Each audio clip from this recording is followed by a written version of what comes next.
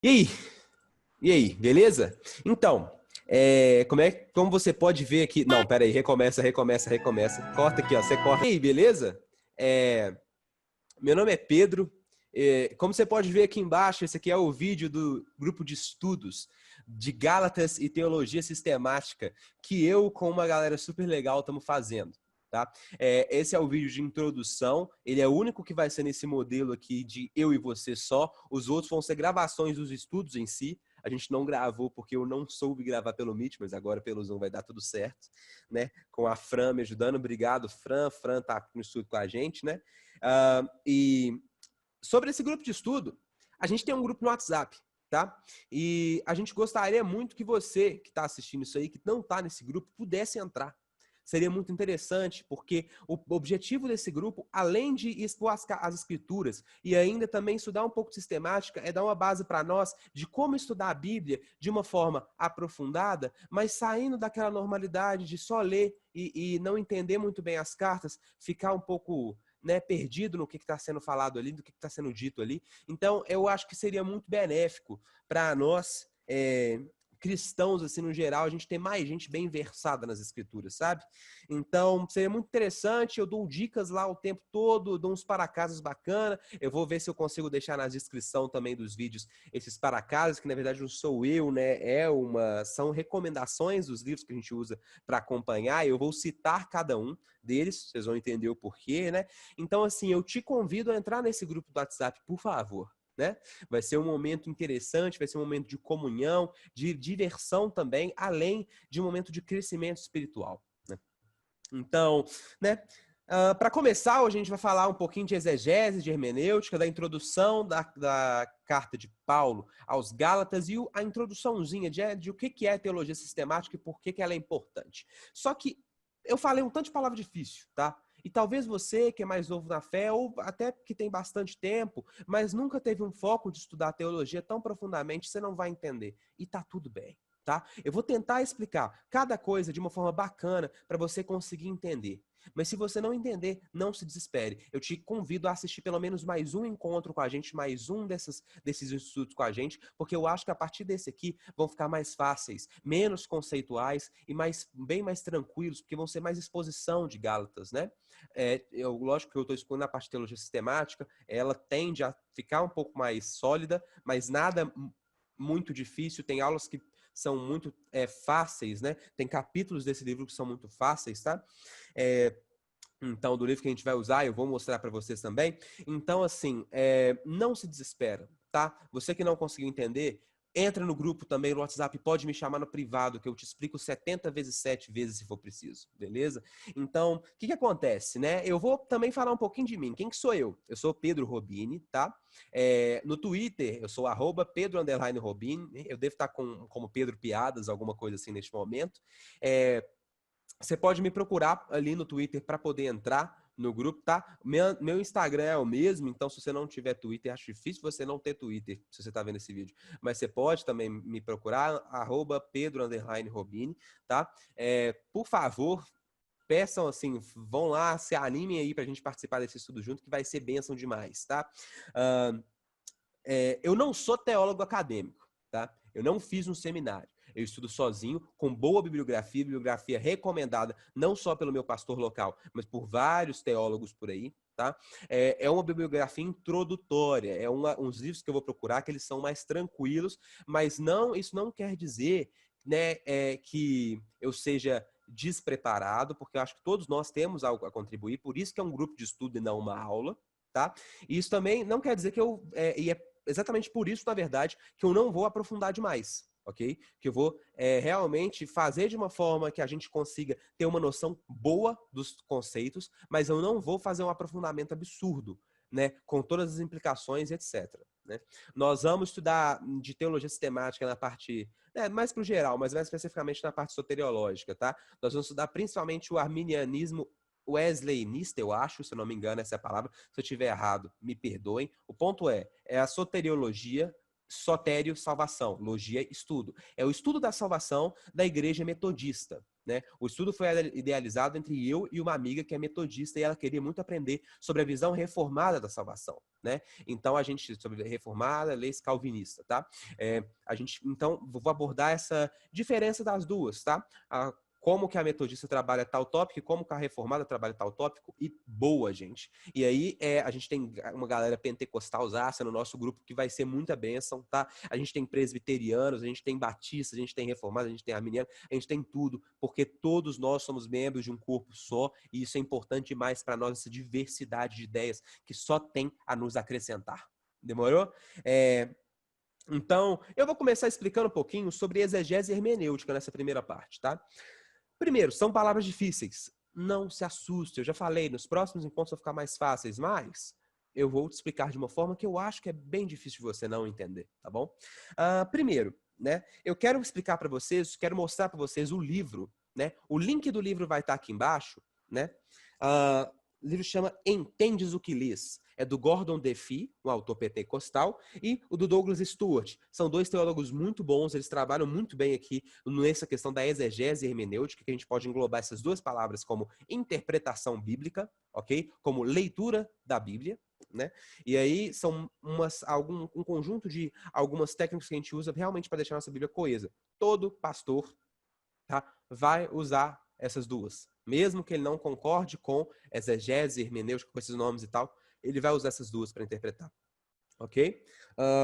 Então, esse livro aqui é muito bom, dessa capinha vermelha, tem uma interrogação gigante aqui, vocês conseguem ver. Eu estou falando assim para caso alguém não esteja vendo o vídeo mesmo, esteja só ouvindo, né? Enfim, eu vou deixar o link aqui embaixo, ele vai ser uma das bibliografias principais desse encontro de hoje, dessa aula de hoje. Se eu falar aula, vocês me desculpem, eu já falei, não é uma aula, não é uma mentoria, porque eu não sou formado em nada, ok? Então, para alguém que quer se aprofundar um pouco mais, a gente tem dois livros que trabalham o mesmo tema desse aqui, mas mais aprofundados, que são a Introdução à Exegese Bíblica e a Introdução à Interpretação Bíblica, né, da editora Thomas Nelson. Eu vou deixar também esses links aqui na descrição. Muito bacana a gente ter esse estudo a mais, caso seja o seu chamado, ok? Então vamos lá, vamos começar com o conteúdo propriamente dito. O que é exegese, gente? Então, exegese, a gente pode afirmar que é a passagem lá e antigamente. A passagem lá implica localidade. Então, a gente tem que levar em consideração o local. No caso da carta que a gente vai estudar, a carta aos Gálatas, o local é a Galácia, né? Que era uma província romana bem importante ali naquele tempo, naquela época. E a passagem antigamente, ou seja, no tempo. A gente tem que levar em consideração, na exegese, a cultura do lugar, o tempo que está, todas essas questões dos acontecimentos históricos, para que a gente entenda de uma forma mais apurada o texto lá e antigamente, né? O que eu gosto de dizer é que isso implica que a gente tem que estudar um pouquinho de história, tá? O necessário, eu vou falar aqui, beleza? Mas não precisa se preocupar com, eu preciso procurar, não sei o quê. Se você quiser, se Deus tocar no seu coração, se o Espírito Santo te inspirar a procurar mais, glória a Deus, usa isso para a glória dele, tá bom? Porque isso aí vem dele, é um presente dele, conhecimento, a vontade de conhecer é um presente de Deus para nós. E é muito bacana isso. Então, explica isso da história, né? E aí eu resumo a exegese. Galera que tem problema com esses nomes difíceis, presta atenção aqui. Exegese é o que o texto significa para os destinatários originais, para aquela galera que recebeu a carta de Paulo aos Gálatas, era para os Gálatas. O que isso significava para os Gálatas? Como é que eles leram essa carta, né? Por que isso é importante, né? Toda carta tem uma intenção original, tem um contexto, tem um propósito nesse conteúdo. Então, a gente pode falar sobre o contexto da carta. E o contexto da carta, ele tem dois tipos de contexto que a gente pode abordar, assim. O contexto histórico, né? É o conhecimento do pano de fundo da galáxia. O que estava acontecendo ali na época que essa carta foi escrita, né? O que estava rolando naquela província? O que estava rolando com os cristãos? Por que Paulo escreveu a carta para eles, né? qual que é a proposta? No caso de Gálatas, a gente vê que são judaizantes. É uma galera que está forçando o pessoal a fazer a circuncisão, a seguir as leis alimentares, a seguir leis que não são necessárias. Paulo argumenta que diz que elas não são necessárias, né? Então, a gente vê que o propósito da carta é o quê? É refutar essa galera, né? Óbvio que se está na escritura é porque tem utilidade para nós hoje. Então é importante que nós leamos isso aí com essa interpretação histórica, mas depois a hermenêutica é justamente isso, é a interpretação um pouco mais aplicada para a nossa realidade, né? Detalhes que eu esqueci de falar. Exegese e hermenêutica. Eu estou usando o conceito que esse livro dá para eles, ok? Eu não estou usando um contexto geral, por exemplo, tem gente que usa hermenêutica para os dois, tudo bem? Eu estou falando do contexto que esse livro dá, do conceito que esse livro dá para as duas palavras, né? Então, a gente vê que na exegese a gente tem que olhar o contexto, voltando aqui, e o contexto literário, né? Além do histórico, a gente tem um contexto literário. As palavras só fazem sentido em frases, que por sua vez só fazem sentido em seus contextos, né? O problema dos versículos isolados, gente, é uma coisa que a gente tem hoje que é muito gritante, ok? Nós temos hoje pessoas que afirmam que se baseiam doutrinas em versículos isolados, que quando você compara com o que vem antes e com o que vem depois, aquele versículo não está querendo dizer aquilo.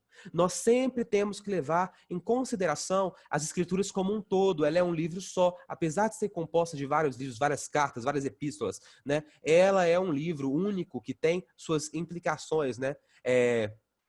E depois eu vou mandar no grupo do WhatsApp uma imagem que tem todas as ligações da Bíblia, assim. Eles fizeram um gráfico muito bacana sobre. E eu acho muito interessante esse gráfico. Então, você que está fora do grupo aí, você está perdendo isso, velho. Se eu fosse você, eu me procurava. Enfim. Então, a gente tem que se perguntar sempre, o que o autor disse? Por que o autor disse exatamente isso aqui? Sabe? Por que ele disse isso exatamente aqui? Né? Por que ele disse com essas palavras? E por que ele disse logo depois disso aqui e logo antes disso aqui? Por que isso está nessa posição? Né? Tem a ver, eu gostei dessa pergunta, tem a ver com o que está falando depois, com o que está falando antes? Tem a ver com o contexto da época? Por que isso é importante? Nós vamos ver da hermenêutica. Conteúdo, além do contexto, a gente tem que falar do conteúdo, gente, não tem jeito, né? O que essas palavras querem dizer? Qual que é a palavra original? Isso é uma pergunta que a gente sempre faz, né? Qual que é aquela palavra no grego original, né? A galera que gosta mais de um grego koiné aí, que é a leitura, a língua que o Novo Testamento foi escrito, né? Qual que é a palavra no grego ali que fala disso aqui? Qual é o sinônimo, não sei o que, blá, blá, blá. Véi, isso é importante demais, né? E é por isso que eu vou recomendar para você um léxico básico do Novo Testamento. O link vai estar aqui na descrição também. É do grego e português, é do Frederick Dinker e do F. Wilbur Gingrich, tá? É um léxico muito bom, básico e barato. Você não precisa começar com um léxico cabulosão, gente. Léxico é o livro que vai explicar basicamente as palavras, vai ter as referenciazinhas, vai ter o significado, etc. De algumas palavras importantes ali em cada passagem. Gente, não há necessidade de você comprar um léxico de não sei quantos reais, tá? Um baratinho como esse, acho que tá R$30 agora, né? Pode subir o preço.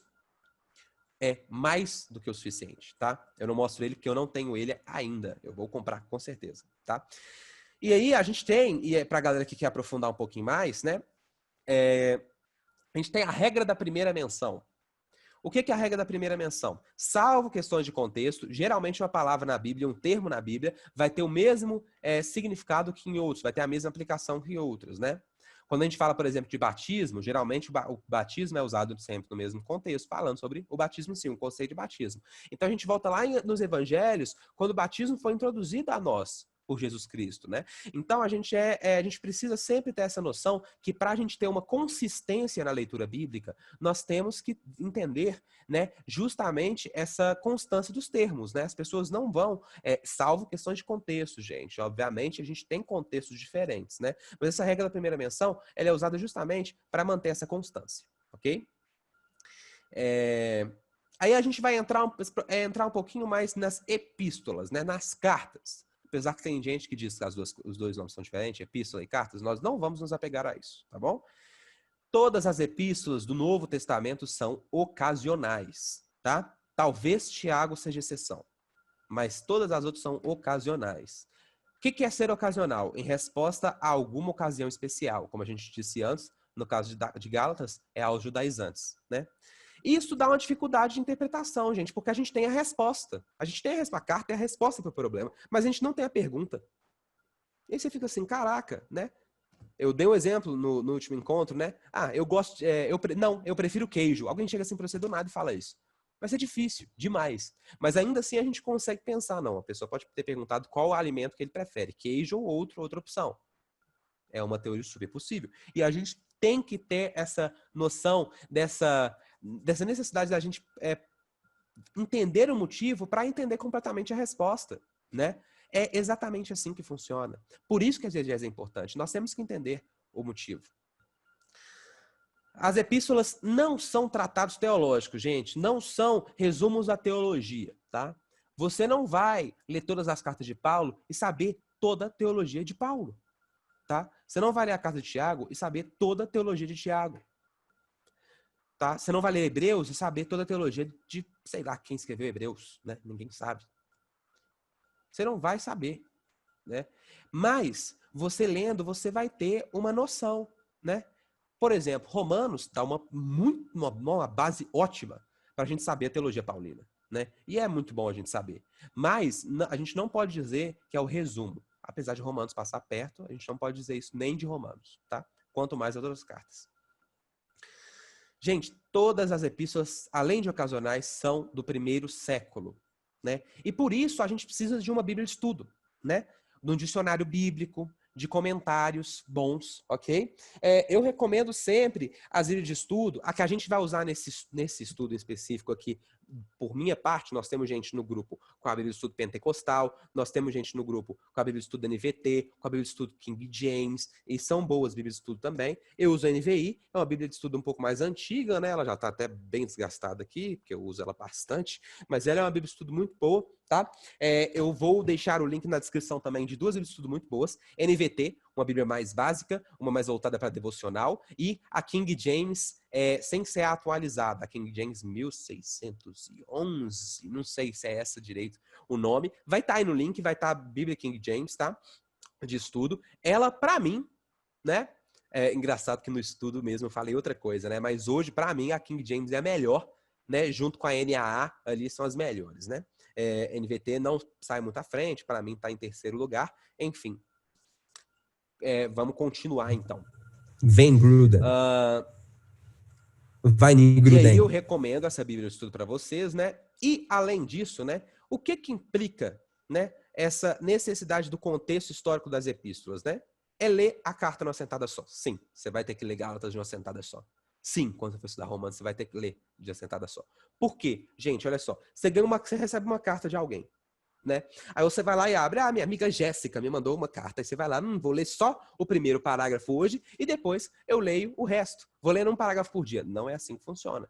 As cartas você lê de uma vez só. E é assim que Paulo escreveu para serem lidas. É assim que as outras cartas do Novo Testamento também foram escritas para serem lidas. É dessa forma. Então nós temos que respeitar para realmente entender aquele texto. Não quer dizer que nós vamos estudar Gálatas de uma vez só. Mas nós temos que ler de uma vez só. Entenderam? E estudando aos poucos depois. E relendo com mais atenção. E quando você lê dessa primeira vez, já vai marcando. Eu não marco minha Bíblia. Então marca no caderninho. Vai marcando o que te chama atenção. A construção do argumento de Paulo aqui dessa forma, aqui é muito legal, não sei o que, blá, blá. Doido. Sério, muito legal mesmo. E é bom prestar atenção nessas coisas. Vai ser importante para nós, tá? Se você consegue reparar muito bem essas coisas, junte-se a nós. Se você não consegue, junte-se a nós também. Vem pro grupo do WhatsApp que você vai conseguir. Eu te dou certeza, tá? Então, a gente tem um contexto literário das epístolas, né? O contexto literário é basicamente a gente seguir a argumentação de Paulo como resposta ao problema, no caso, judaizantes, né, de Gálatas. Explicar como cada parte, cada versículo, cada passagem responde ao problema principal. Por que Paulo diz isso aqui? Tem a ver, sabe? Essa é a pergunta-chave. Tem a ver com isso? Tem a ver com o... Gente, fugiu a palavra. Enfim. Tem a ver com o problema principal? Né? A gente tem que sempre prestar atenção nessas coisas, tá? Na exegese. A gente tem algumas passagens problemáticas, gente. Eu não vou mentir para vocês, não. Né? A gente tem lá em 1 Coríntios, eu acho, batismo em favor dos mortos, é só loucura, né? Então, a gente tem que pensar nisso aí, tá? Algumas vezes o texto só não é para nós, gente. Sinceramente. Algumas vezes o texto é para eles, não para nós. Vou dar um exemplo, tá? Pedro, como é que você está falando que não tem, que não é pra... Gente, olha só. Lá no final de 2 Timóteo, se eu não me engano, Paulo pede para Timóteo levar a capa dele para a casa de Carpo. Você lembra aquilo ali? Você sente vontade de ir lá para o Oriente Médio? Não sei onde é que ele estava. Né? Você sente vontade? Eu não, acho que era para Roma a casa de Carpo, talvez. Então era na Itália, né? Ah, lá para aqueles lados lá. Você sabe de onde é que eu tô falando. Você sente vontade de ir lá entregar uma capa? Hoje? Acho que não, né? Quando você lê batismo em favor dos mortos, você pode até teorizar. Isso é um dos pontos que a gente vai falar aqui. Mas não dá para ter certeza. Então, às vezes, o texto só não é para nós. Ele só não é aplicável hoje. E tá tudo bem, né? A gente pode pensar nas possibilidades, né? Quando isso convém. Mas, às vezes, a lição ainda está no nosso alcance. Às vezes, a gente já consegue tirar, né? Tirar todo o suco daquele texto ali, toda aquela sabedoria, tudo aquilo que a gente precisa saber daquele texto, ignorando essa pequena parte. Entendeu? Olha, tendo humildade, isso é ter humildade de saber. Eu não sei isso. Quando eu chegar no céu, eu pergunto para Deus. A gente brinca assim. Então, a gente também pode consultar comentários bons e técnicos, né? A gente tem aqueles comentários da capa azul, né? Que são os comentários do... Gente, eu esqueci qual que é a editora, talvez seja Cultura Cristã, não sei, que aquele é azul, com aquele nomezinho amarelo, e o nome daquele teólogo que ninguém nunca ouviu falar, que você abre e o cara passa 5 páginas falando do versículo 2 de Romanos, né? E é só pau dando oi, e o cara rodando todas as teorias, blá, blá. Isso é massa demais. A gente pode consultar esses comentários técnicos, né? E é importante para nós, e é bom para nós, tá? Então, pequeno resumo aqui para você que não entendeu direito o que eu falei até agora, tá?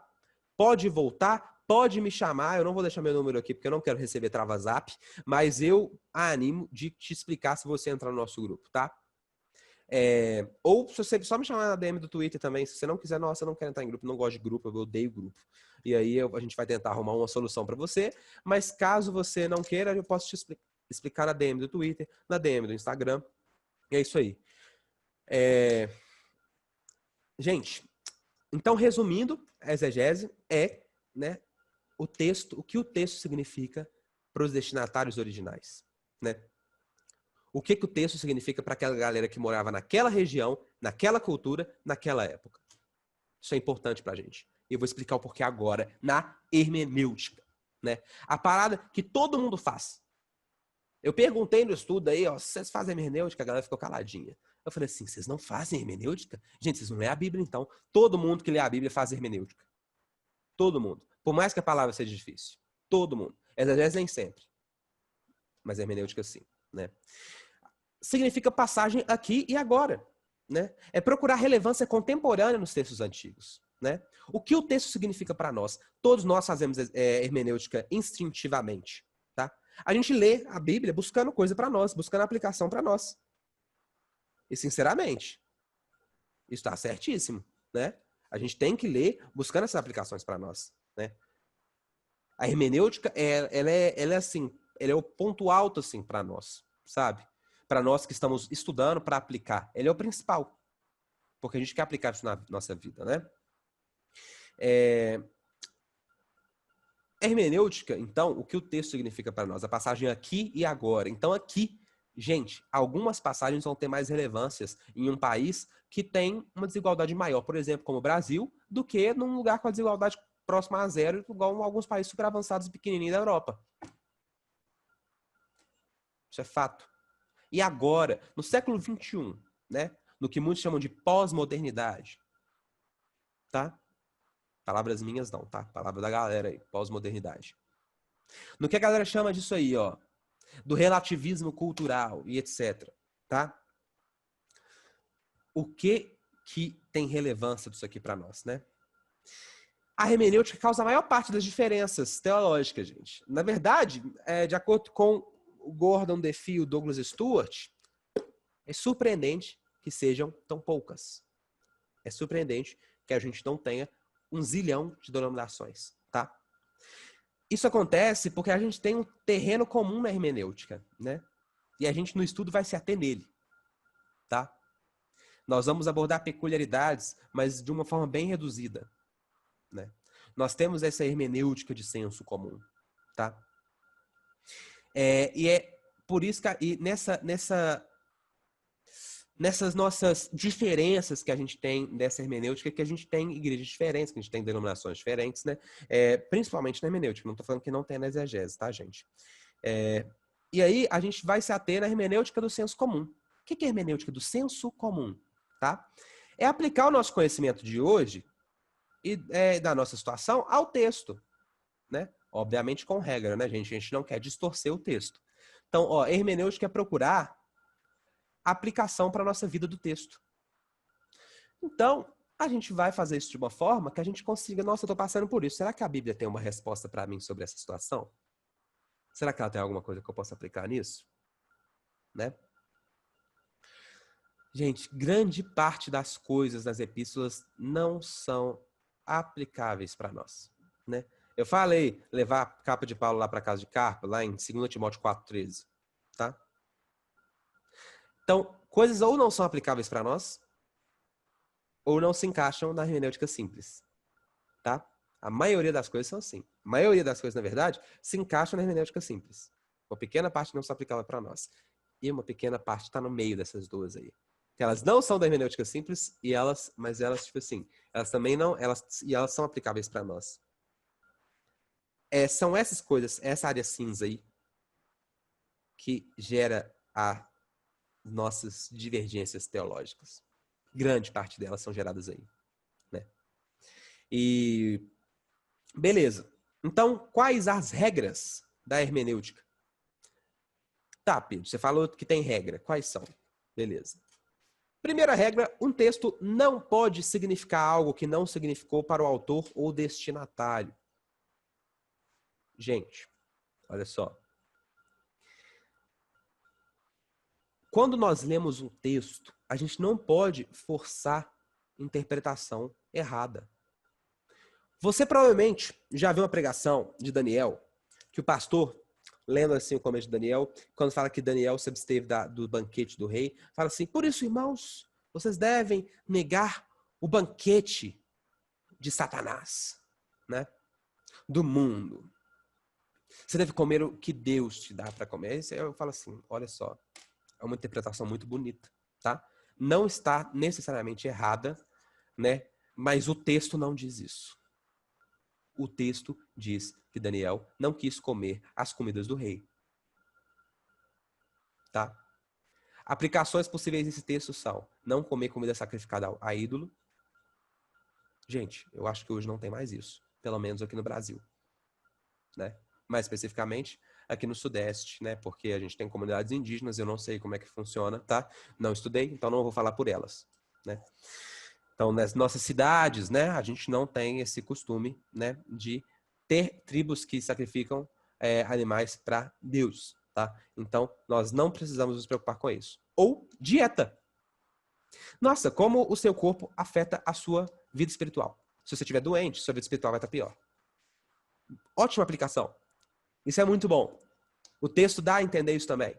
Que Daniel comeu e ficou forte, se manteve forte para servir o rei ali da forma que ele precisava. E isso é importantíssimo. Mas o texto não deve significar uma coisa que não significou nem para a galera que recebeu, nem para a galera, nem para a pessoa que escreveu. Não podemos. Tá? Não podemos forçar a interpretação. E é por isso que tem que ter exegese. É um dos motivos que tem que ter exegese.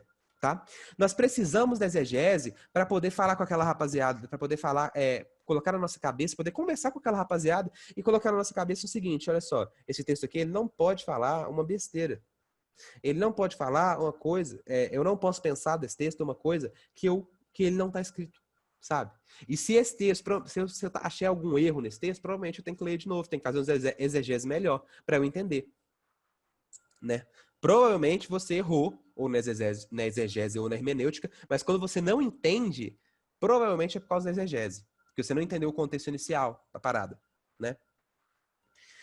Sempre quando a gente compartilha, segunda regra, sempre quando a gente compartilha circunstância comparável, tipo situação de vida, ao do destinatário do primeiro século, a palavra de Deus para nós é a mesma que para eles, né? Eu vou dar exemplos, porque essa parte falei e não falei nada, né? Gente, ainda é verdade que todos nós pecamos, como diz lá em Romanos 3:23. Né? A gente ainda deve nos revestir de um coração cheio de paixão, bondade, humildade, mansidão e paciência. Lá em Colossenses 3:12. Nós ainda devemos fazer isso. Nós hoje devemos fazer isso, né? E aí, essas situações da nossa vida, nossa, eu preciso ser mais manso, não sei o que. Aí você vai lá e você vai ver o que Jesus está falando. A mensagem de Jesus é a mesma para nós. Né? A mensagem, quando Paulo fala pra gente, né, se revestir um coração cheio de paixão, a gente fala de Gálatas 5, né, dos frutos do Espírito, ainda é verdade para nós. A palavra de Deus é a mesma para nós nessas situações, tá? Nessas situações é a mesma. A gente vê que grande parte é a mesma, sabe? Grande parte das vezes vão ser essas situações, né? E por isso a gente deve fazer boa exegese também, para ter segurança na situação dos cristãos do primeiro século e não comparar coisa que não tem nada a ver. Gente, pergunta, tem a ver? Sério, essa pergunta é muito fácil de fazer. E ela é bobinha, né? A galera que mais jovem, né? Que eu sei que vai ter uma galera mais velha assistindo aí, vai assim, vai rir, porque assim, é um trem tão bobo, mas faz tanto sentido, sabe? A gente fala isso todo dia, a galera mais jovem. Eu não sei se seus pais falam isso, eu não sei se seus avós falam isso, mas eu sei que eu falo demais, né? Mineirinho que sou, sabe? Eu falo isso demais. Então a gente tem que se perguntar isso, tem que aplicar essas coisas no nosso cotidiano, tá? A gente tem que usar isso para a glória de Deus. Problemas da hermenêutica. Nós temos problemas da hermenêutica, tá? Nós temos limites de aplicação. Nós não vamos conseguir aplicar tudo, gente. Não vai ser tudo que vai ser aplicável, tá? Vamos ter peculiaridades não comparáveis. Talvez nós não estejamos sofrendo com o judaizante na nossa cola. E tá tudo bem. A gente pode pegar o aprendizado para outras coisas, né? Que são muito parecidas, que são comparáveis, né? Algumas vezes elas não vão ser, e aí peculiaridades não comparáveis. Sabe o que você faz? Aprende, para caso você viva alguma vez alguma situação parecida com aquilo, você aplica.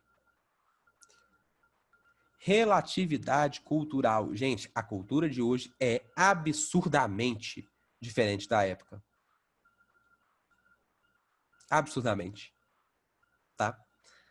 Isso influencia na nossa leitura bíblica. Não na exegese, mas na hermenêutica. Tá? Ah, você está relativizando a Bíblia. Não, não tô. Eu poderia dar exemplos polêmicos, mas eu não vou fazer isso aqui, tá?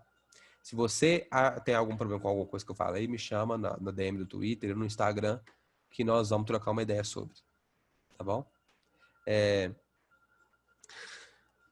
E problemas teológicos, a gente tem limite de compreensão, rapaziada. Nós não vamos entender tudo da Bíblia, às vezes. Às vezes a gente não tem condição de entender tudo, tá bom. Tá bom demais, né? Tá muito legal. Não tem problema. A gente pede ajuda para alguém mais sábio do que a gente. A gente vai lá e lê um comentário bíblico bacana. A gente vai lá e pega um comentário de um cara mais experiente que nós. Por exemplo, esse aqui nós vamos usar bastante, que é o de Gálatas e Tessalonicenses da série Paulo para Todos Anti-Wright. Nós vamos usar um do Timothy Keller, que é o Gálatas para Todos. Nós vamos usar um do John Stott, que é a mensagem de Gálatas, se eu não me engano. Acho que é isso mesmo. Nós vamos usar um desses, né? Nós vamos usar várias fontes assim diferentes. Nós vamos usar o de Calvino e etc. Nós vamos usar várias fontes diferentes. E isso, perdão, isso a gente implica na gente ter esse limite. Nós reconhecemos esse limite e com humildade oramos a Deus para que Ele nos dê bons materiais para que a gente possa evoluir na palavra dele, né? Porque Ele nos presenteou com pessoas muito bem preparadas para explicar a palavra para nós. Valorize o seu pastor local. É ele que faz isso aí, tá? Você que só quer saber de pastor de internet, pergunta pro seu pastor.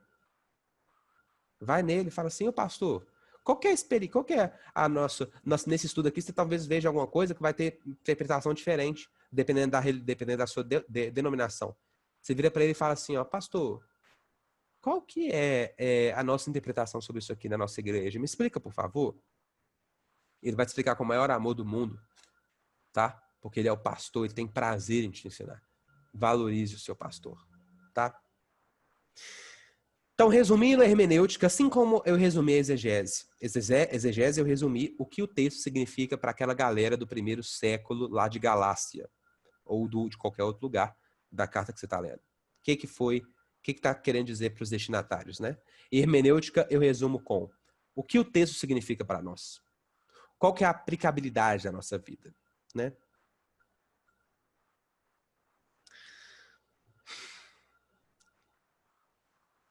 Dá uma pausa aí, vai tomar uma água, tá? Nós vamos começar agora com a segunda parte.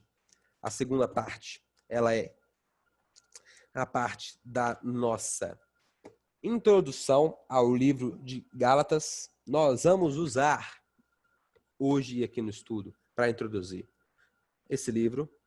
Gente, esses dois livros aqui, eles são uma duplinha de dois, tá? Como ler a Bíblia livro por livro, do Gordon DeFee e do Douglas Stuart também. Mesmos autores. É uma dupla. Essa aqui é da Thomas Nelson, essa aqui é da Vida Nova. Você vai ter um com a capa cinza e laranja da Vida Nova também, mas essa é desse aqui que eu tô falando. Vai ter um com capa cinza e laranja também da Vida Nova, mas ele é mais antigo, esse aqui é o mais atual, tá? Ele é muito bom, ele tem várias introduções, tá?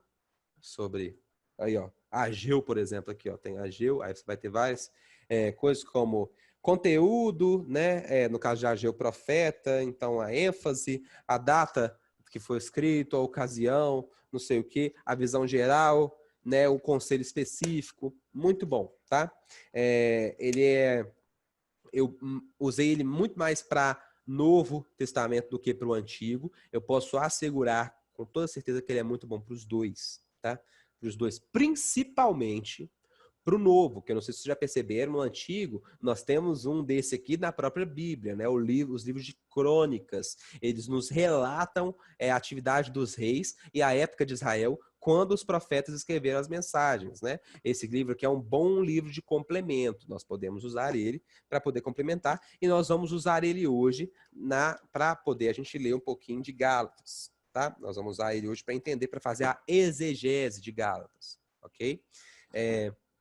Então, vou recomendar de novo a Bíblia de Estudo King James Holman, eu acho que é o nome, né? Eu poderia ter aberto uma aba aqui vendo isso, mas tá bom, vai ficar aí na descrição, a Bíblia King James, ou a NVT, tá? Você que já está um pouco mais de tempo, né, na igreja e já tem um chamado assim para teologia e quer aprender um pouco mais sobre a sua denominação e etc. Se você for de uma denominação reformada, você pode comprar uma Genebra, que é a Bíblia dos presbiterianos, praticamente, ou você pode comprar a Bíblia King James. Ela tem uma orientação um pouquinho de nada reformada, ela é muito mais neutra, tá? Né? E você que é arminiano, né, você pode comprar a Bíblia de Estudo Pentecostal ou a Bíblia de Estudo da Reforma. Que a Bíblia de Estudo da Reforma, a galera chama ela de luterana, mas na verdade ela tem comentários de Armínio, de Jacó Armínio, e alguns de Lutero. Você que é luterano, você provavelmente sabe muito melhor do que eu a Bíblia. Meu cachorro. Você sabe muito melhor que eu qual Bíblia que você vai comprar, tá? Então, você pode comprar um que chama Conversas com Lutero, por exemplo. Eu sei melhor da Reforma, que é uma boa Bíblia para luteranos também, e para arminianos, né? São essas. A minha Bíblia Estudo, a NVI, é muito boa, só que ela é mais antiga, gente. Eu acho que vocês poderiam procurar uma mais nova, sabe? Eu acho que seria melhor, mais benéfico. Enfim. Então, qual que é o conteúdo de Gálatas? O que Gálatas está falando? O que está rolando lá na Galácia que fez Paulo mandar mensagem ali para os Gálatas? Eu vou abrir aqui, né? Então vamos lá. A ocasião eu já falei, gente. Bati na mesa e o celular tremeu. A ocasião é o que eu falei, gente. A nossa... o nosso conteúdo aqui, a nossa ocasião aqui é uma discussão entre os cristãos gálatas, que são gentios, e os judeus cristãos, que são judaizantes. Eles insistem no fundamentalismo judaico, não saíram do Antigo Testamento ainda. Não, eles ainda cobram a circuncisão, eles ainda cobram as leis alimentares, as leis de sábados, né? Leis cerimoniais, no caso, né? E aí, quem que é o autor? O autor é Paulo. Mas irmãos na fé, ele fala aqui no capítulo 1, versículo 2, né? Junta aos irmãos da fé, todos os irmãos que estão comigo. São Paulo e alguns irmãos na fé, né? Que estão com ele ali. E qual que é a data e qual que é o destino? Por que é importante a gente saber a data e o destino? Para pesquisar esse background, né? Então, tem duas possibilidades principais. A gente tem a teoria do norte da galáxia e a gente tem a teoria do sul da galáxia. O norte, a gente tem várias cidades, né? A gente tem Pessino, Ancira e Távio. Não preciso se preocupar com esses nomes, tá? Estou citando para quem quiser saber, né? E essa teoria sustenta que a carta foi interessada às igrejas localizadas no centro-norte, né? Isso aí acaba implicando que a época que a carta foi escrita foi 53 a 57 depois de Cristo, em Éfeso ou Macedônia, né? Foi o lugar onde foi escrito. As informações são tiradas da Bíblia Estudo NVI, tá? Qualquer coisa, você pode me procurar para a gente trocar uma ideia e eu te mostro o que está falando na Bíblia, tá? Às vezes você tem uma noção maior, mais atual, como eu falei, a Bíblia antiga, né? Segunda, a teoria do sul da galáxia, tá? Gálatas foi escrita às igrejas da região sul, segundo essa teoria, tá? Antioquia de Psídia, Icônio, Listra e Derbe, né? Alguns acreditam, alguns que defendem essa teoria, acreditam que foi escrito em 48 a 49 depois de Cristo, né, em Antioquia da Síria, ou em 51 a 53 depois de Cristo, em Corinto ou em Antioquia da Síria, né? Nesse livro aqui, do Como Ler a Bíblia Livro por Livro, eles falam sobre cerca de 55. Então eu pesquisei o que estava rolando ali no 55, né? Depois de Cristo. Basicamente em 54, o imperador Nero, tá? Ele toma o poder. Né, ele se torna, Nero se torna o imperador. Em 55 ele inclusive mata o meio-irmão para conseguir mais poder, né? Como muitos sabem aqui, Nero foi o causador do grande incêndio que ele mandou colocar em fogo e botou a culpa nos cristãos, né? Por isso ocorreu grande chacina de cristãos. Ele foi talvez o imperador que mais oprimiu os cristãos que já teve em Roma. Né? E aí, essa opressão, quando ele assumiu, essa opressão sobe, porque Galácia era uma região que era muito fiel a Roma. E talvez essa perseguição aos cristãos aumentou, né? Se for escrita mais para 54, 55, 56, 57, né? Então, é o início desse governo que oprimiu muitos cristãos. E por isso, talvez, alguns dos nossos irmãos na fé lá daquela época tenham se cansado e começaram a cair nesse papo dos judeus, dos judaizantes, né? Com tanta coisa para lidar, perigo de vida, etc., eles acabaram, né, dando um pouco de ouvido para isso. E isso né, deixa Paulo louco. Porque os judaizantes não só questionaram o apostolado de Paulo. Eles falaram, esse cara aí não é apóstolo, não, ele está ensinando asneira para vocês. Eles questionaram o evangelho. E alguns gálatas parecem estar quase se rendendo a eles, né? Como eu disse, eu associei, eu não sei se minha associação está correta, tá? Eu associei pesquisando mesmo, que essa perseguição maior pode ter contribuído para isso, tá? Então, isso provoca uma defesa da parte de Paulo, com ênfase no caráter divino do evangelho, na salvação pela fé e não pelas obras, e o cumprimento das leis étnicas em Cristo. Cristo foi o cumprimento da lei cerimonial, das leis étnicas ali dos judeus, né? Então, essas são as ênfases, né, principais, né? E aí, a gente vendo, assim, uma visão geral, qual que é o ensino? É a apologética, velho. Olha só, apologética, outra palavra difícil. Pedro, você não cansa de falar palavras difíceis? Não, não canso. Gente, apologética é a apologia. Vocês lembram da apologia? Aquele que defende uma ideia? Pô, eu faço apologia a tal partido político. Eu apoio, eu defendo esse partido político. Né? E aí, a apologética é o ato de fazer apologia. Então, a apologética da fé é a defesa da fé. É a apologia da fé. Tá? Não se assuste com as palavras elas são para deixar mais fáceis. Tá? Né? As palavras são para facilitar, não se assuste com a hermenêutica. Pensa assim, então, interpretação da Bíblia com foco em aplicar nos dias de hoje. Exegese, não se assuste, pensa, é uma interpretação bíblica com o olhar daquele povo, daquele primeiro século que recebeu a carta. Né? Não assuste com a apologética, tem assim, defesa da fé cristã, por meio de raciocínio, de argumentos, né? Então, Paulo aqui defende a fé cristã de uma forma eloquente, vigorosa, apaixonada, contundente.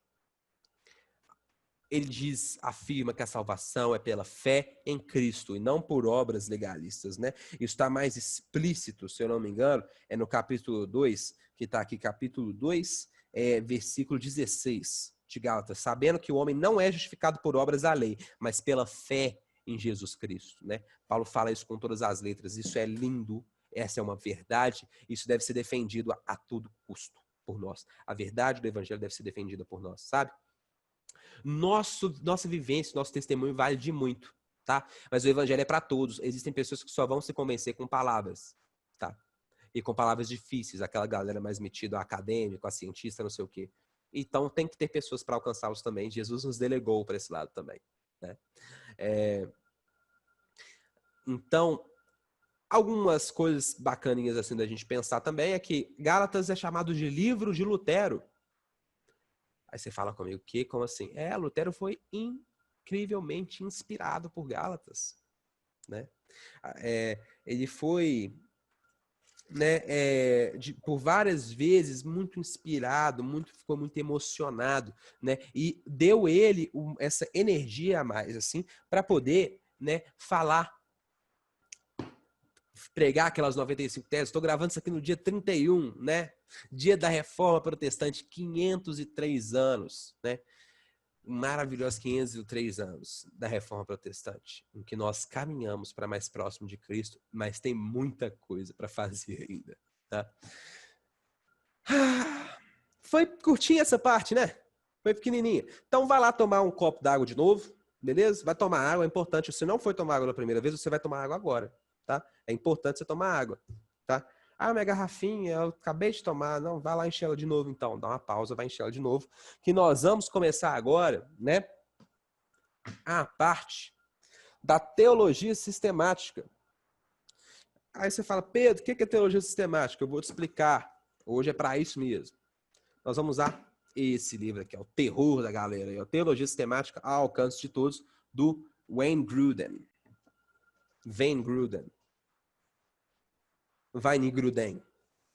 Nós vamos usar a Teologia Sistemática ao Alcance de Todos dele, tá? Nós temos um da capinha azul, que ela é maior, mais grossa, muito mais formosa, bonita, tem até atual e exaustiva na capa. Gente, olha só. Você quer comprar aquela? Pode comprar, tá? Mas eu te recomendo para você comprar a do Erickson. Eu vou deixar todas elas aqui na descrição. Mas a do Erickson eu considero uma melhor, quando falando da completa. Mas as duas meio que se complementam, tá? A do Grudem é muito boa também, mas eu acho a do Erickson melhor para adquirir primeiro, tá? Mas caso você não queira, poxa, Pedro, não quero mexer com esse trem muito complicado, não. Tá? Eu quero ver você falando, mas não precisa de estudo, não preciso não. É só quero ter uma noção. Então eu vou recomendar para você esse livro aqui, ó. Essa é a capa antiga, né, da Vida Nova, mas nós temos as bases da fé cristã, né, que é um guia de 20 questões, né, sobre a fé cristã. É do Wayne Grudem também, tá vendo? É dele também, né? E ela é um livro bom, chama Base da Fé Cristã. Hoje a capa tem uns tijolinhos de madeira, eu acho, um trem assim, não sei como é que é não. É um resumão. É uma mini sistemática, é um resumão, né, sobre as doutrinas, né? Mas eu considero esse livro um livro para discipulado, para você, aquele cara que acabou de entrar na fé ali. Então, você que está aqui, você já está sendo discipulado, mesmo se você for novo na fé, e o seu discipulador fica a cargo disso. E você já está, né, Ou você que está aqui, você já tem um certo conhecimento teológico. Então, eu vou recomendar para você que não quer, ainda não quer se aprofundar tanto, mas também isso aqui é muito ralo, acha isso aqui muito ralo porque é ralo, você compra o Manual de Doutrinas Cristãs do Luiz Berkhoff com o Wayne Grudem, tá? Importantíssimo você comprar esse livro, tá? Um desses 4, né? Colocando aí o do Erickson na linha também, tá?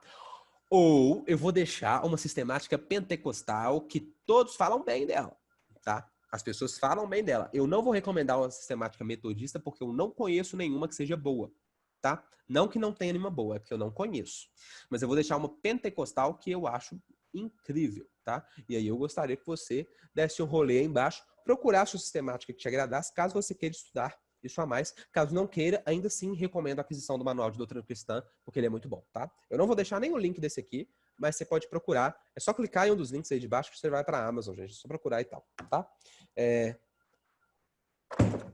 Caiu. Tá. A gente vai usar também esse livro aqui para poder dar uma discussão, fazer uma discussão melhor. É da editora Carisma, do autor é Don Thorson. É Calvino versus Wesley. É uma comparação dessas duas teologias, né? É escrito por um dos especialistas da teologia wesleyana. Don Thorson é um gigante da teologia wesleyana, né? E aí, aqui nós temos falando sobre, né, a introdução, sobre Deus, né, sobre a Bíblia, sobre a humanidade, graça, salvação e espiritualidade, né, igreja, ministério e alinhando a crença com a prática, né, e sobre a cura e tulip também no apêndice, tá?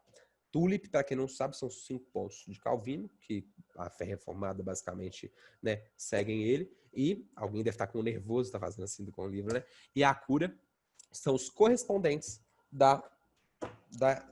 do metodismo, tá? Talvez nós vamos usar essa dogmática do Calbart para poder ajudar. Só talvez. Por quê? Porque dogmática e teologia sistemática são coisas diferentes.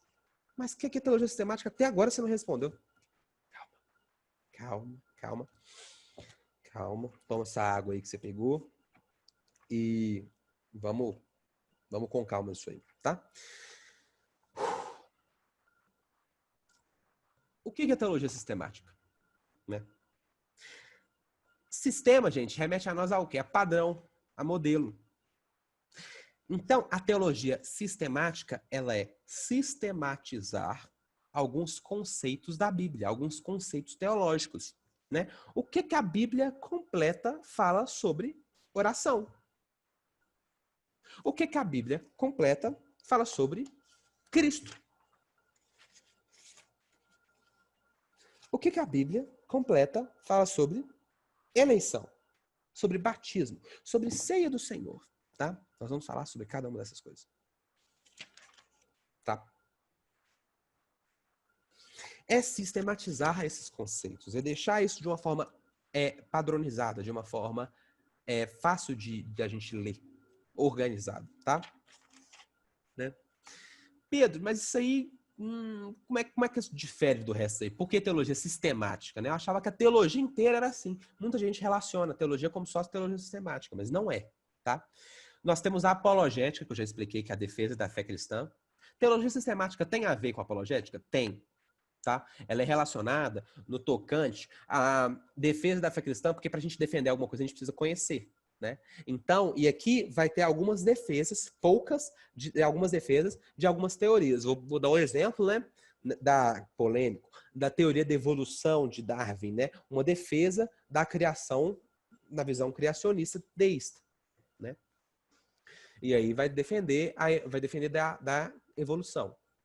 Tá? É uma defesa muito básica nesse livro aqui. Eu imagino que na atual e exaustiva ela seja um pouco mais bem trabalhada, né? Mas então tem uma parte de apologética, mas ela não é apologética, tá? Teologia histórica. O que é a teologia histórica? É a história da igreja e a história de quando foi escritas as cartas bíblicas, se eu não me engano, os livros bíblicos, se eu não me engano. Tem a ver com teologia histórica? Tem, né? Porque o estudo histórico, ele informa sobre ideia que a gente teve, e elas vão estar relatadas aqui porque elas são boas, ou sobre ideias erradas que a gente teve, para a gente não cair nesse erro de novo. E vão estar relatadas aqui, ó, a gente errou nisso aqui, e não vamos errar de novo. É a gente como igreja, tá?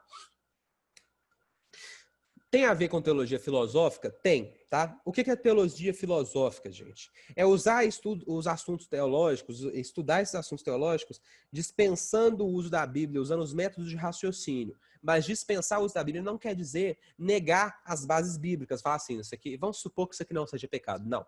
Sabendo que essas coisas aqui são pecados, tá? O que a gente pode pensar sobre isso aqui, né? E isso é muito bom.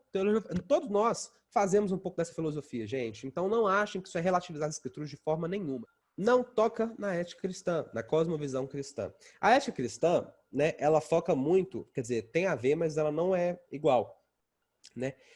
Ela foca muito na atitude, né? E a sistemática foca muito no saber. Você precisa saber para agir. Então a sistemática, ela nos dá esse conhecimento, mas ela não foca na atitude, tá? Foca numa aplicabilidade, mas não nessa atitude em si. A ética cristã foca muito nisso. E a cosmovisão cristã, ela é um amontoado de coisas, sabe? Ela é muito mais complexa de se definir. A gente pode falar que a teologia sistemática faz parte da cosmovisão cristã, sim, mas a cosmovisão cristã não se resume à teologia sistemática, ok? Diferente da teologia bíblica, tá? Essa é a parte que eu mais gosto de falar. Gente, não é parecido com a teologia bíblica pelo fato de que a teologia bíblica pergunta assim, ó, que Mateus 6 fala sobre oração? E a teologia sistemática fala o que a Bíblia inteira fala sobre oração. Entenderam a diferença? A teologia sistemática leva toda a escritura em consideração. A teologia bíblica leva uma passagem específica, tá? A teologia sistemática é como se fosse você pega todas as passagens juntas, faz uma harmonização do que elas dizem sobre a oração e bota ali um conceito completinho, tá? Não é teologia bíblica por isso, mas é muito relacionado, né? Então, assim, o que é a teologia sistemática? Então, né, todos nós aplicamos a teologia sistemática na nossa vida. Todos nós, diariamente, nós estamos, né, aplicando esses conceitos. Quando algum amigo seu te pergunta, cara, o que é oração? E aí você explica para aquela pessoa o que a Bíblia fala no geralzão de oração. Sabe? É importante nós termos essa noção, né? E nós aplicamos isso diariamente, né? Até mesmo nos nossos estudos, nós nos perguntamos o que outra passagem fala sobre esse mesmo conceito, né? Mas esse livro, ele foca em organizar cada conceito, cada doutrina, né, para dar a devida atenção para eles, né, por causa da organização, de forma detalhada e precisa e objetiva. Tá? É um resumo das doutrinas de forma aplicável na vida. Né? E aí você me pergunta, o que é doutrina? Né? E aí, doutrina, gente, é um conhecimento que a Bíblia nos passa sobre algum assunto particular, né? Nós temos a doutrina da palavra de Deus, a doutrina de Deus, a doutrina do homem, de Cristo, da aplicação da redenção da igreja do futuro, tá? Nós temos essas doutrinas, ok? Essas doutrinas, elas são as que o Gruden usa como ponto de partida, e nós vamos usar também. Não sei se é assim que todos dividem, tá bom? Eu não peguei outra sistemática, não, né? Não ainda.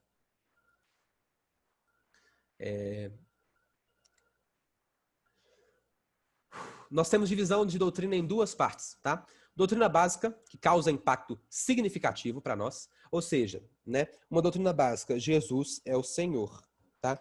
A divindade de Cristo, a trindade, a Bíblia. Isso muda muito a nossa vida, ok? Nós temos uma doutrina básica, que é a doutrina de Cristo sendo o Senhor, né? Da divindade de Cristo.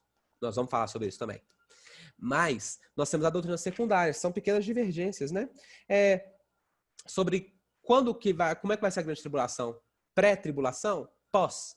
A gente vai ser arrebatado? Não vai? Véi, tipo assim, isso não faz diferença na nossa vida cristã. Quer dizer, perdão, igreja, faz diferença, tá? Mas não é tão expressivo. Vocês entendem que alguém não é considerado herege se a pessoa é pré-tribulacionista ou pós-tribulacionista? Não faz diferença para a nossa comunhão, nós cremos na mesma coisa. Faz diferença nos nossos debates, né? Ah, eu sou de tal denominação porque a gente acredita nisso aí. Poxa, legal, né? Mas você quer que Cristo é o Senhor? Confessa com sua boca e crê no teu coração? Então você é meu irmão na fé, né? Lá em Romanos 10, Paulo fala isso. Aquele que crê com todo o seu coração e confessa com sua boca que Cristo é o Senhor e Cristo é Crios, será salvo. E é isso que importa, tá? Doutrinas secundárias, então, são essas divergências pequenas, tá? Sobre pós-tribulacionismo. Sobre alguns detalhes da ceia do Senhor também, gente. A ceia em si é uma doutrina básica, mas esses detalhes pequenos assim, né? Tipo assim, tem que ser todo domingo e tal, eu acho que são um pouco mais, né, secundários, né? Não que sejam menos importantes, não que isso tire a importância da ceia, mas alguns detalhes, gente, não vão fazer a pessoa herege, tá? Nós vamos trabalhar com as premissas básicas, então, tá? Nós vamos trabalhar com a premissa de que a Bíblia é verdadeira e é o único padrão absoluto da verdade. O Deus mencionado na Bíblia existe. E é exatamente como a Bíblia diz. O Senhor, Criador do céu, da terra e de tudo que neles há. Soberano, absoluto. Esse é Deus. Nós vamos trabalhar com essas premissas aí, ó. Todo mundo é cristão, todo mundo concorda com isso, mas para deixar claro, né? Não todo mundo, talvez tenha alguém que não é cristão que não concorda com essas coisas, está aqui para aprender um pouco mais sobre a nossa visão, tá? Seja bem-vindo. Nós vamos trabalhar com essas premissas, ok? Beleza. Por que nós devemos estudar teologia sistemática? A razão básica, gente, é porque a gente tem que ensinar. Nós temos que saber, conhecer o evangelho para ensinar o evangelho, né? E a gente precisa ter essa visão para poder ensinar para a galera. Porque é isso que Jesus nos pede para fazer. É o id, é pregar, fazer discípulos, né? O evangelismo, né? É para isso que nós precisamos estudar teologia. É para evangelizar com propriedade, tá? Para saber falar. Porque a fé vem pelo ouvir. Romanos 10 também. O benefício para a nossa vida, gente, olha só, no estudo em si, a menina falou isso, eu achei super legal, Maria Eduarda, né? Super bom. Eu tenho o Lucas também que falou as outras paradas que eu também citei aqui e tal. Eu não vou ficar citando muito, não, mas eu vou citar algumas pessoas que me marcaram um pouco mais, assim, que me surpreenderam nesse sentido, né? A Maria Eduarda foi uma delas. Ela, assim, explicou tão bem que às vezes a gente tem um conhecimento ajuda na nossa vida espiritual, gente. Nós temos conhecimento de Deus ajuda na nossa vida espiritual, tá? Então, a gente estuda para crescer como cristão. É um dos motivos, um dos principais motivos, tá? Outro, né? A corrigir nossa ideia equivocada. Quem nunca errou quer tirar a primeira pedra, pelo amor de Deus. Eu já cansei de errar nos meus estudos, antes de estudar em questão, né? Nos meus estudos eu não errei, porque eu estava aprendendo ali, estava levando, era correado por causa do meu erro, né?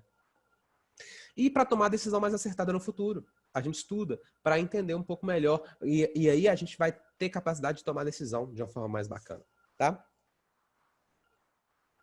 Gente, como que nós devemos estudar teologia sistemática? Esse é o último tópico. Oh, graças a Deus. É o último tópico. É o último tópico? É o último tópico.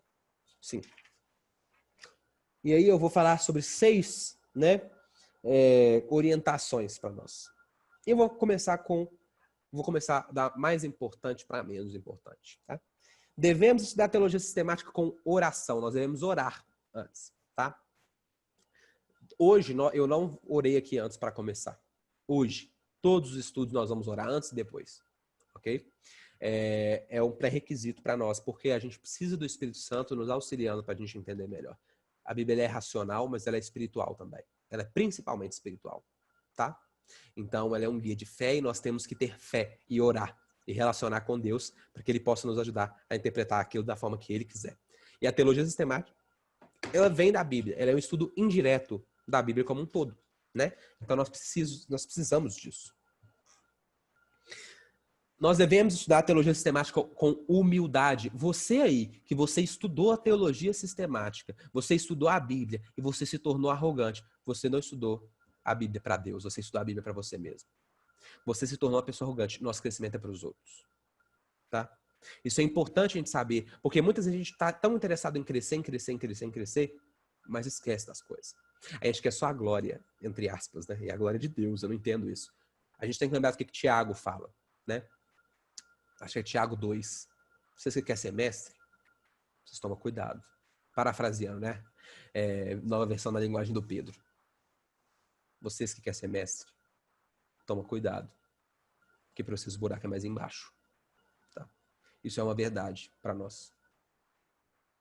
Toma cuidado. Você que está crescendo, crescendo, crescendo, crescendo, e o faz sem humildade. A gente tem que ter humildade no nosso estudo, porque a gente cresce para os outros. Amar o próximo como a si mesmo é isso. Devemos estudar a teologia sistemática fazendo uso da razão, né? Eu gosto muito de 1 Pedro, capítulo 2, versículo 1 ou 2, quando Pedro fala assim, né? Desejai o leite racional. Racional ali, a palavra original é lógica, tá? Do grego, né? Lógicos. Então, isso quer dizer, tá, algumas traduções traduzem para leite espiritual. Gente, a Bíblia é espiritual, mas quando você faz isso, você exclui a parte racional. Tem gente que fala, não, a gente não pode usar razão para estudar a Bíblia. Não, a teologia é um problema. Gente, a teologia é uma benção, tá? Porque ela é o estudo de Deus. Deus, teologia é estudo. É o estudo racional e espiritual, né? O teólogo, em primeira instância, é aquele que ora. Meu pastor local que fala isso, gente. Homem incrível. Tá? E é isso essa é a minha visão, sabe? Sobre isso. A teologia é o estudo tanto espiritual quanto racional. E nós precisamos ter os dois, tá bom? A gente tem que estudar teologia sistemática com o auxílio de outras pessoas, tá? É importante que nós tenhamos auxílio de um mestre, né? Nosso mestre vai ser o Gruden, tá?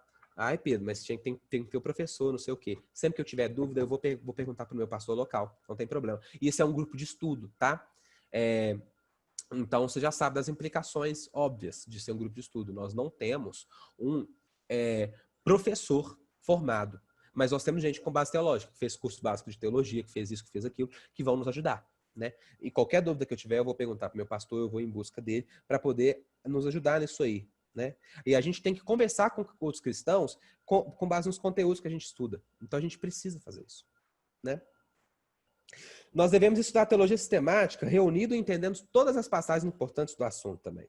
Encontrar os versículos importantes, tá? Que falam sobre determinada coisa, né? Lê, anote, tenta resumir os princípios, as implicações daquele versículo, né? Resuma os ensinos desses vários versículos em um textinho só. Você pode fazer isso, tá? Eu recomendo que você faça, mas fica à vontade para fazê-lo, né? Isso tudo está dentro desse quinto ponto, que é estudar a teologia sistemática reunido, entendendo todas as passagens sobre o assunto, tá? E o sexto, nós devemos estudar a teologia sistemática com muita alegria e muito louvor, porque graças a Deus, glória a Deus, nós podemos estudar sobre o Deus vivo e sobre as maravilhas da sua obra e da sua redenção. Glória a Deus por isso, né? Gente, então esse é o fim, terminamos, tá?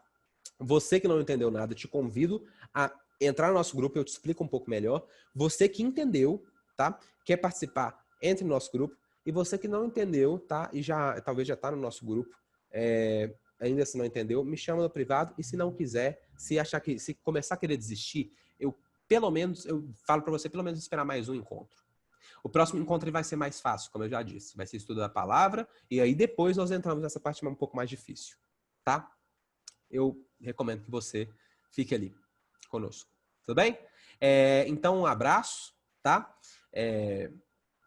Eu oro para que Deus abençoe vocês durante essa semana aí, até o nosso próximo estudo e até, né, a volta do nosso Senhor Jesus, né? Em nome de Jesus, amém.